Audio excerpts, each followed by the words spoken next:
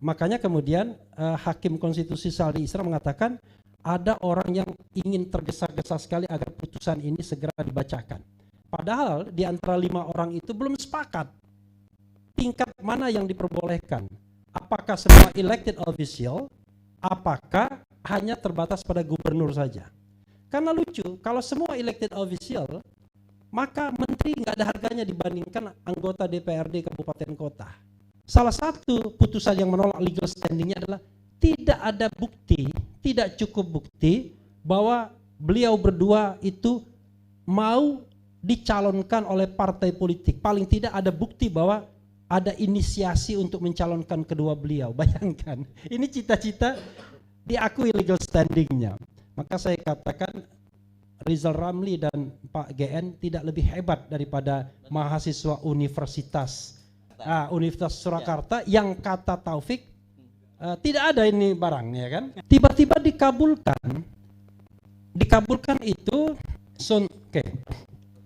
dikabulkan itu dengan mengubah posisi hakim-hakim yang sebelumnya menolak menjadi dikabulkan dan kemudian posisinya 5-4.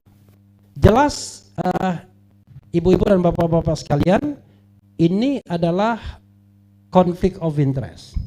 Dan kalau kita bicara tentang undang-undang kekuasaan kehakiman, hakim itu harus mundur kalau seandainya ada kasus yang terafiliasi dengan dirinya, di mana dia tidak bisa menjadi hakim bagi dirinya sendiri.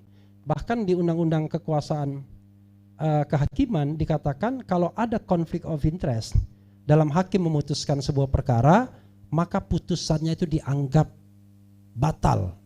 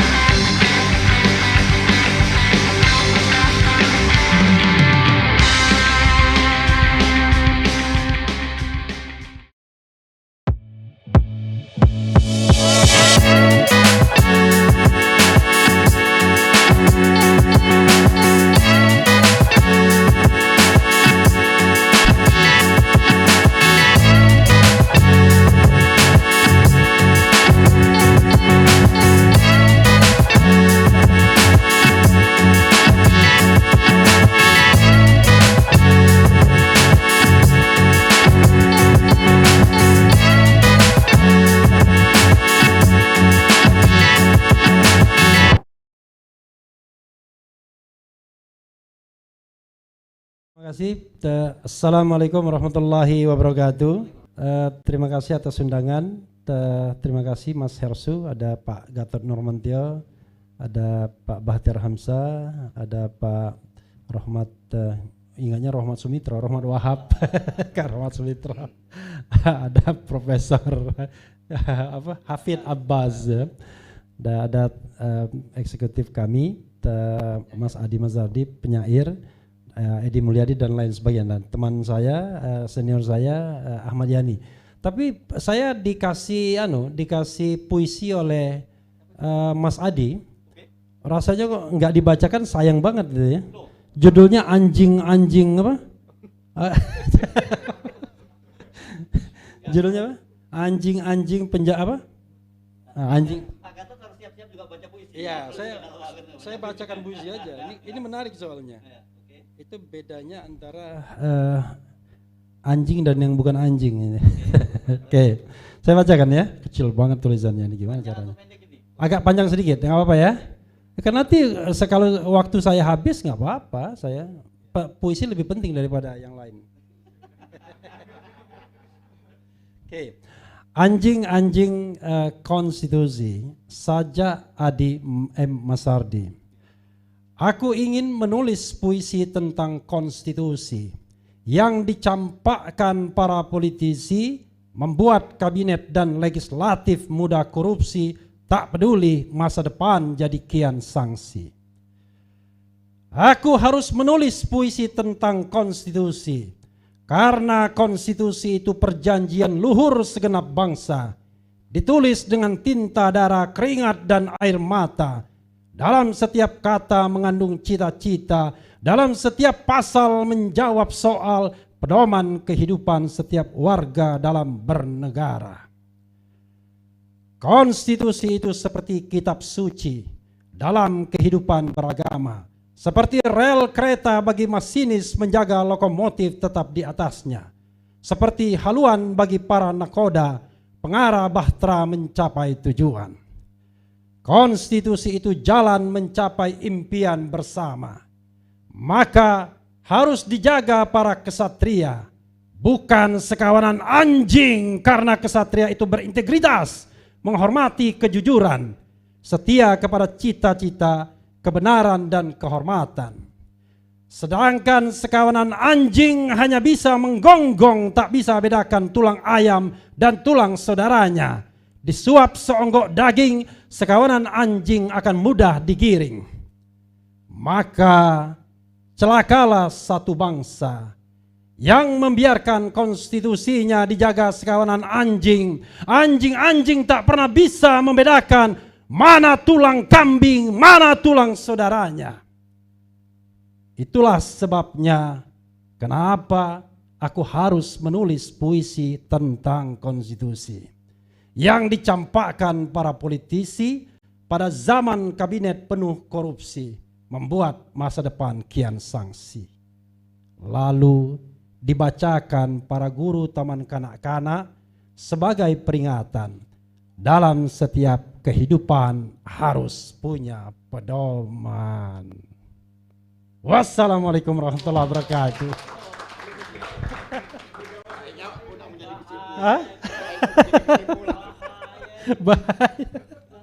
Padahal saya bacanya juga baru sekarang juga. Iya. Nah, ganti presiden. Ya, kawan-kawan semua ya, saya akan biar menarik, saya bilang ini putusan yang sontoloyo ya.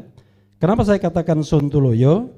Saya mencatat ada beberapa sontoloyo. Sayangnya saya tidak menyelesaikan videonya. Sontoloyo pertama, sesungguhnya putusan ini agak aneh ya. Kenapa aneh? Kita tahu bahwa ada dua kelompok hakim yang terbelah. Jadi ini divided split decision. 5 hakim mengabulkan permohonan dan 4 hakim itu menolak permohonan, mengajukan dissenting opinion. Maka berdasarkan aturan hukum acara Mahkamah Konstitusi, yang dipakai adalah pendapat 5 hakim, yaitu pendapat mengabulkan sebagian. Sampai di sana fine. Tapi soalnya kalau kita baca lebih mendalam, ternyata di antara 5 itu beda-beda aspirasinya. Jadi saya bacakan amar putusan MK itu membolehkan semua elected official termasuk dalam pilkada untuk bisa dicalonkan sebagai presiden dan atau wakil presiden. Semua elected official itu amar putusan yang utama. Tetapi ternyata kalau kita baca concurring opinion, jadi concurring opinion itu alasan berbeda tapi tetap mengabulkan. Itu ternyata Hakim Eni Nurwaningsi dan Hakim Daniel Yusmik Epoh mengatakan, Pevoh ya, mengatakan bahwa hanya yang punya pengalaman atau pernah menjabat gubernur atau kepala daerah tingkat provinsi yang dibolehkan menjadi calon kalau dia berusia di bawah 40 tahun. Tapi kalau 40 tahun ke atas nggak ada masalah. Nah ini persoalan. Makanya Hakim Konstitusi Saldi Isra mengatakan ini belum selesai di antara kelompok yang mengabulkan sebagian tersebut. Pertanyaannya adalah kalau diterapkan pada Gibran bagaimana? Apakah bisa Gibran mencalonkan karena dia tidak pernah menjadi gubernur? Kalau kita membaca atau beranggapan bahwa putusan Mahkamah Konstitusi itu hanya amar putusannya, yang utama itu no doubt bisa nyalon, no doubt. Tapi belum yang lain kan, belum Sontoloyo yang lain. Tetapi kalau kita harus baca dengan concurring opinionnya, maka mereka bisa nyalon kalau sudah pernah jadi gubernur atau kepala daerah tingkat provinsi, baik dipilih maupun tidak dipilih, kan begitu. Nah, saya tidak mau menyelesaikan perdebatan ini karena belum ada presidennya. Kalau kita pakai pikiran yang pragmatis, maka kita akan berpegang pada amar putusan utamanya. Tapi lalu apa gunanya concurring opinionnya? Kalau seandainya, makanya kemudian Hakim Konstitusi Saldi Isra mengatakan ada orang yang ingin tergesa-gesa sekali agar putusan ini segera dibacakan. Padahal di antara 5 orang itu belum sepakat tingkat mana yang diperbolehkan. Apakah semua elected official, apakah hanya terbatas pada gubernur saja. Karena lucu, kalau semua elected official, maka menteri nggak ada harganya dibandingkan anggota DPRD kabupaten kota. Dalam konstruksi putusan MK yang utama, anggota DPRD kabupaten kota bisa dicalonkan. Tetapi mantan menteri atau lagi menjabat menteri yang di bawah 40 tahun nggak bisa. Jadi itu yang logika Sontoloyo pertama. Logika Sontoloyo yang kedua adalah sebenarnya permohonan ini harusnya ditolak legal standingnya. Bayangkan, legal standing orang ini adalah 3 hal. 1, saya warga negara Republik Indonesia. 2, saya mahasiswa. 3, legal standingnya adalah saya bercita-cita menjadi Presiden Republik Indonesia. Luar biasa. Ketika Rizal Ramli dan Pak Gatot Nurmantio mengajukan agar presidensial threshold dihapuskan, salah satu putusan yang menolak legal standingnya adalah tidak ada bukti, tidak cukup bukti bahwa beliau berdua itu mau dicalonkan oleh partai politik. Paling tidak ada bukti bahwa ada inisiasi untuk mencalonkan kedua beliau. Bayangkan, ini cita-cita diakui legal standingnya. Maka saya katakan Rizal Ramli dan Pak GN tidak lebih hebat daripada mahasiswa Universitas Surakarta yang kata Taufik tidak ada ini barang, ya kan, universitasnya. Oke. Tapi saya mulai gelisah karena Herosubono Arif sudah pegang-pegang begini. Masih ada waktu berapa lama lagi? Ya, saya justru pengen nambahin lagi bahwa kalau tadi Pak Gatot dan Rizal Ramli itu tidak lebih hebat dari mahasiswa Unsa tadi. Iya. Yang lain lagi juga 27 juta rakyat Indonesia tidak lebih hebat dari Gibran. Iya. Gitu. Ya, jadi oke, lanjut. Oke. Itu Sontoloyo yang kedua. Sontoloyo yang ketiga adalah putusan ini berubah setelah sang kakak ipar ikut sidang. Adik ipar ya. Adik ipar ya. Paman, sang paman ikut sidang. Karena pada rapat permusyawaratan hakim tanggal 19 September yang memutuskan perkara 3 ya, PSI, kemudian perkara dari Garuda, perkara dari kepala daerah CS itu ya, itu mayoritas hakim konstitusi menolak permohonan. Ya, yang mengabulkan salah satunya Guntur Hamzah, hakim konstitusi yang tidak pernah dipilih, tapi tiba-tiba dipanggil langsung menggantikan. Itu hakim konstitusi yang tidak sah itu, ya kan? Nah, tetapi itu pada waktu itu menurut dissenting opinion dari Saldi Isra dan juga dissenting opinion dari Arief Hidayat, Saldi Isra mengatakan bahwa ketua MK tidak datang karena dia menghindari yang namanya conflict of interest. Karena dia adalah pihak yang terafiliasi dengan permohonan ini. Maka hanya 8 orang yang mengajukan, yang menghadiri rapat permusyawaratan hakim dengan mayoritas menolak. Tiba-tiba pada rapat tanggal 21 September, 2 hari kemudian, ikutlah ketua MK untuk kasus nomor 90 dan 91. Kasus yang diajukan mahasiswa dari Universitas Surakarta yang nggak jelas itu ya. Jangan bilang nggak jelas nanti. Ada nggak Universitas Surakarta? Karena negeri, dibilang Universitas Negeri Surakarta kan? Oke, nanti kita cek lagi ya. Nah, lalu tiba-tiba dikabulkan itu,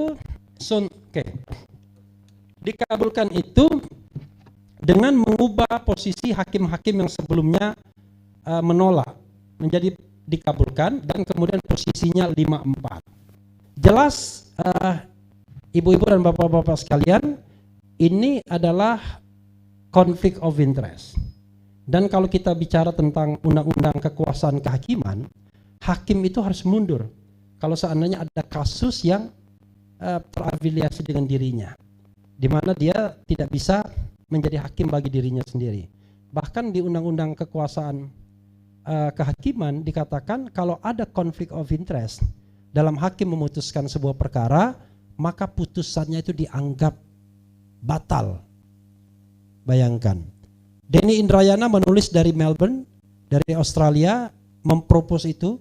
Dia mengatakan bahwa putusan itu harus dikatakan batal, tidak bisa dilaksanakan. Itu pendapat dia. Nanti bagaimana berkembangnya di masyarakat kita akan lihat. Oke, Bung Refli, saya interrupt karena ini kan berkaitan, kita kalau salah-salah sekarang ini gampang-gampang dilaporkan orang ke polisi kan begitu ya. Ada namanya Universitas Surakarta itu, di alamannya Jalan Raya Palur KM 5 Surakarta, Ngringo Jaten, Karanganyar, Jawa Tengah, Juruk, Ngringo Jaten, Jawa Tengah. Jadi tapi ini kelihatannya bukan universitas negeri ya, swasta ya saya belum ya. Universitas Surakarta urusan. Jadi clear nanti, ya itu ada clear ya. Nanti kita cek. Saya jaga aja jangan dipanggil dilaporin ke polisi lagi nanti. Enggak, saya sendiri enggak tahu ya, karena saya dikasih tahu, tetapi ada baiknya memang kita melakukan klarifikasi ya, check and recheck. Tapi sebenarnya saya tidak terlalu tertarik untuk statusnya seperti itu, karena begini, kawan-kawan semua ya, sobat-sobat semua, ibu dan bapak sekalian, kita tidak boleh melarang orang untuk mengajukan judicial review, karena itu adalah hak konstitusional setiap warga negara. Lalu bagaimana? Yang tidak boleh adalah konspirasi. Nah, saya kasih contoh. Tempo hari ada permohonan yang mempermasalahkan sistem pemilu. Waduh, saya dikasih tahu salah satu pemohonnya itu sebelum mengajukannya ke Mahkamah Konstitusi rapat dulu di petinggi partai politik, ya kan? Nah, itu jelas konspirasi. Tetapi apakah konspirasi itu sampai ke hakim konstitusi untuk dikabulkan dan tidak, itu adalah soal lain ya. Oke. Terakhir ya, biar saya tidak terlalu banyak waktu yang saya ambil. Terakhir begini, saya menganggap bahwa Mahkamah Konstitusi itu sudah lama kehilangan kredibilitas. Bahkan pagi hari sebelum putusan itu dibacakan, Refli Harun membuat video dan exactly benar posisinya. Jadi pada waktu itu saya memberikan analisis begini, posisinya 5-4 saya bilang. 5 mengabulkan, 4 menolak. Kenapa begitu? Karena di itu ada 3 kelompok. 3 kelompok itu satu kelompok independen. Kenapa saya katakan kelompok independen? Karena saya berpatokan pada permohonan presidential threshold. Dalam permohonan presidential threshold itu hanya 2 orang hakim konstitusi yang mau menghapuskan presidential threshold.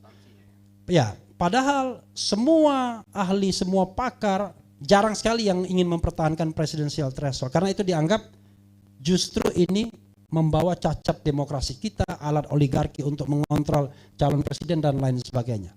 Hanya yang berani mengatakan presidensial threshold dihapuskan itu Hakim Konstitusi Saldi Isra dan Hakim Konstitusi Soehartoyo. 2. Oke. Yang kedua, kelompok kedua saya mengatakan sisanya adalah hakim kelompok Istana dan hakim kelompok Teguh Umar. Iya.